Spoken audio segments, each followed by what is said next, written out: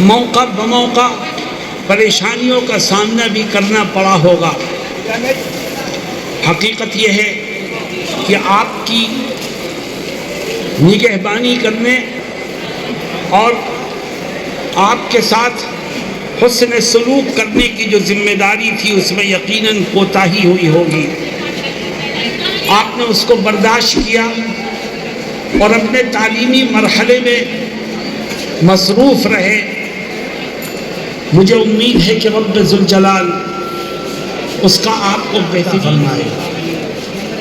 دوستو، یہ دستار فضیلت جو آپ کے سروں پر باندھی جا رہی ہے، یہ کوئی رسم نہیں ہے، یہ صرف ایک پروگرام نہیں ہے، یہ صرف جلسہ دستار بندی کے عنوان سے ہونے والا کوئی جلسہ اور محفل نہیں ہے، بلکہ ایک ذمہ داری ہے جو آپ کے کندھوں پر رکھی جا رہی ہے۔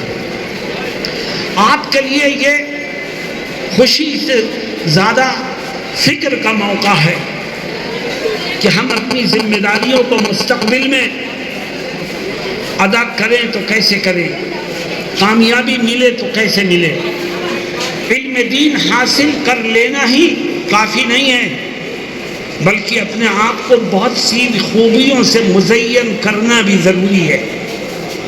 چنانچہ نبی کریم صلی اللہ علیہ وسلم سے ایک شخص نے پوچھا، حدیث شریف میں آتا ہے، سأل رجل النبی صلی اللہ علیہ وسلم عن الشر، ایک صاحب نے نبی کریم علیہ السلام سے برائی اور شر کے بارے میں سوال کیا۔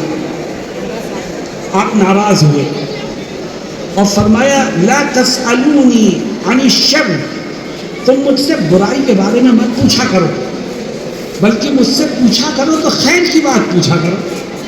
اور اس کے بعد آپ نے جو بات واضح فرمائی، ارشاد فرمائی، وہ ہم سب کے لیے دل تھام کے سننے کے قابل ہے۔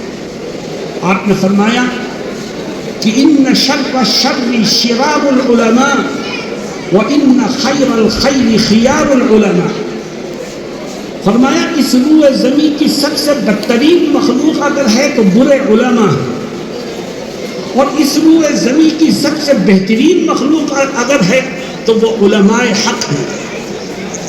معلوم یہ ہوا کہ علماء کے یہ دو طبقے ہیں، علماء سو جن کو علماء شر کہا گیا، اور علماء حق جن کو علماء خیر کہا گیا۔ علماء سو یا علماء شر کسی اور مدرسوں میں پڑھ کے نہیں آتے، انہی مدرسوں سے نکلتے ہیں، انہی اساتذہ سے پڑھتے ہیں، یہی کتابیں پڑھتے ہیں، لیکن وہ علماء شر کہلاتے ہیں۔ اور انہی کتابوں کو انہی مدارس میں انہی علماء سے پڑھنے والے بعض وہ ہیں جو علماء حق ہیں۔ میں سب سے پہلی تاکید آپ کو یہ کرتا ہوں کہ زندگی کے ہر قدم پر اپنے دامن کو علماء شر سے بچانے کی کوشش میں لگے رہیں، اور علماء حق کی فہرست میں اپنے ناموں کو شامل کرو، یہی تمہاری کامیابی ہے، اور اسی طرح تم ہمارے لیے اور اپنے اساتذہ کے لیے سرخروئی کا ذریعہ بنو۔ سوال یہ پیدا ہوتا ہے کہ علماء حق میں، علماء خیر میں ہمارا نام شامل ہو تو کیسے؟ میں اس کا طریقہ تمہیں بتاتا ہوں، لیکن پہلے تم مجھے مطمئن کرو کہ علماء حق میں شامل ہونے کے لیے تیار ہو کہ نہیں؟ آواز نہیں آئی ابھی زور سے۔ علماء حق میں شامل ہوگے تو کیسے ہوگے؟ اپنے اندر 4 خوبیاں پیدا کر، صرف 4 خوبیاں، اور میں اللہ کے نبی کے ارشادات کی روشنی میں تمہیں یقین دلاتا ہوں کہ جس عالم نے اپنے اندر یہ 4 خوبیاں پیدا کر لی، رب ذوالجلال علماء حق کی فہرست میں اس کے نام کو شامل کر لیا۔ میرے دوستوں، وہ 4 خوبیاں ہیں کیا؟ ایک ایک کر کے میں ذکر کروں گا، مگر اس شرط کے ساتھ کہ یہ عہد کرو کہ ہم ان خوبیوں کو سن کر کے اپنانے کی بھرپور کوشش کریں۔ سب سے پہلی خوبی، اگر علماء حق میں اپنے ناموں کو شامل کرنا چاہتے ہو تو سب سے پہلی خوبی اپنے اندر یہ پیدا کرو کہ یہ عزم کر لو کہ زندگی کے آخری سانس تک دین کا جو کام بھی کریں گے وہ خلوص و للہیت کے ساتھ محض اپنے رب کی رضا کے لیے کریں گے. پڑھاؤ اللہ کی رضا کے لیے، امامت کرو اللہ کی رضا کے لیے، تقریر کرو اللہ کی رضا کے لیے، کوئی مضمون لکھو اللہ کی رضا، ہر قدم پر مقصد اللہ کی رضا ہو، اس کے سوا کچھ نہ ہو. تو علماء حق کی فہرست میں تمہارا رب تمہارے ناموں کو شامل کرے. اور جس نے علم دین تو حاصل کیا لیکن اس کی نیت خراب ہو، ارادے خراب ہوں، تو یاد رکھو عالم ہونے کے باوجود، مفتی ہونے کے باوجود، محدث اور فقیہ ہونے کے باوجود اللہ کے ہاں اس کا ٹھکانہ جہنم کے سوا کچھ نہیں ہے. نبی کریم صلی اللہ علیہ وسلم فرماتے ہیں من طلب العلم لیجاری به العلماء او لیماری به السفہاء او لیصرف به وجوہ الناس الیہ ادخلہ اللہ النار او کما قال صلی اللہ علیہ وسلم. علم دین حاصل کیا کیوں؟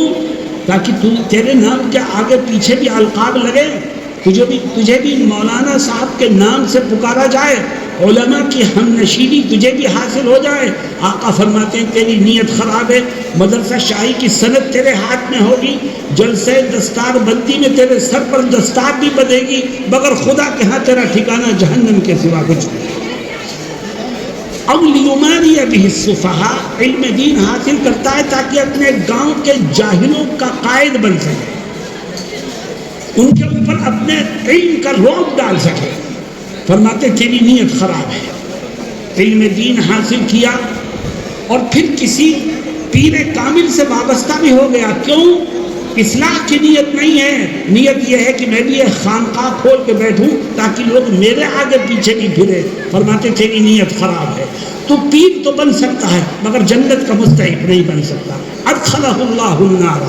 اس لیے میرے عزیز طلبہ یہ طے کرو کہ جو کریں گے محض اللہ کی رضا کے لیے. دین کے کسی بھی کام کا موقع ملے گا، اس کام کو انجام دینے کا مقصد صرف خدا کی رضا ہوگی، اس کے سوا کچھ نہیں ہوگا. جس کی نیت خالص ہوگی اللہ علماء حق کی فہرست میں اس کے نام کو شامل کر دے گا. کیوں بغیر اس پر عمل کرو گے انشاءاللہ. دوسری خوبی دیکھو، آپ علم دین حاصل کر رہے ہیں، یہاں سے فارغ ہو کے جاؤ گے تو کرو گے کیا؟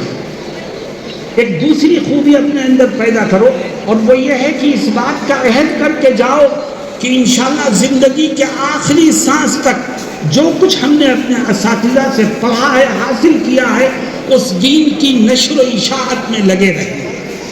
عالم ہونے کے بعد اگر کوئی شخص دین کی نشر و اشاعت کو، پڑھنے لکھنے کو چھوڑ دے اور دنیا میں مگن ہو جائے تو یاد رکھو اس کا علم اس کے لیے نافع نہیں ہے، وہ علم اس کے لیے ذریعہ نجات نہیں ہے.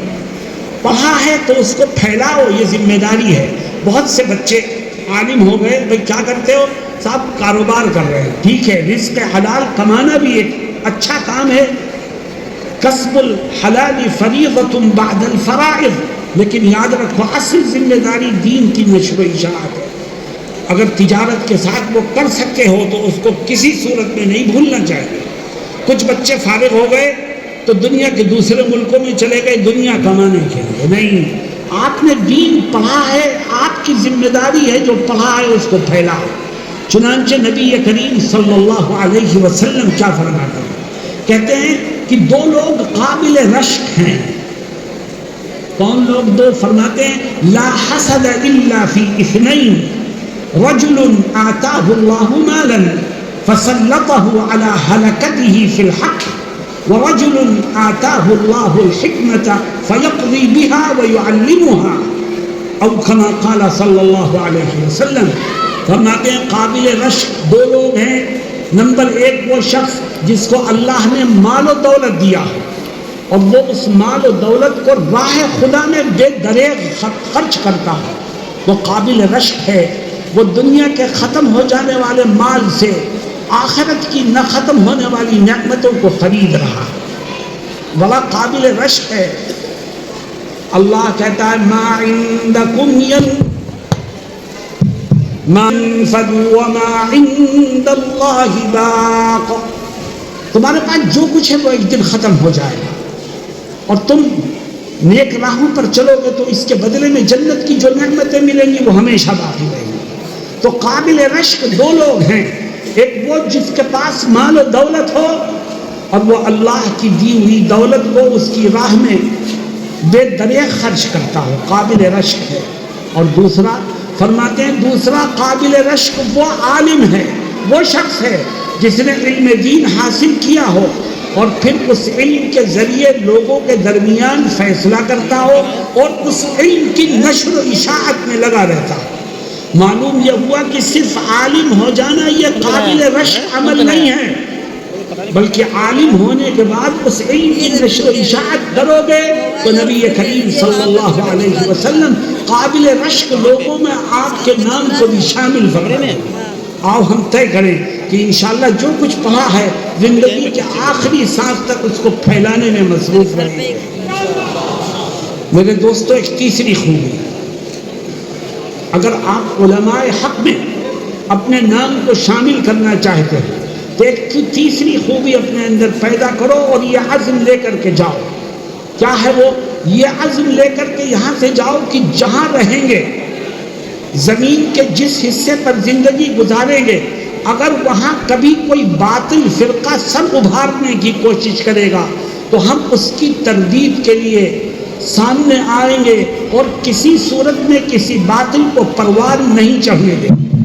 فرق باطلہ کی تردید یہ آپ کی ذمہ داری ہے۔ جس عالم نے اپنی ذمہ داری کو پورا کیا، علماء حق کی فہرست میں خدا اس کے نام کو شامل کر دے گا۔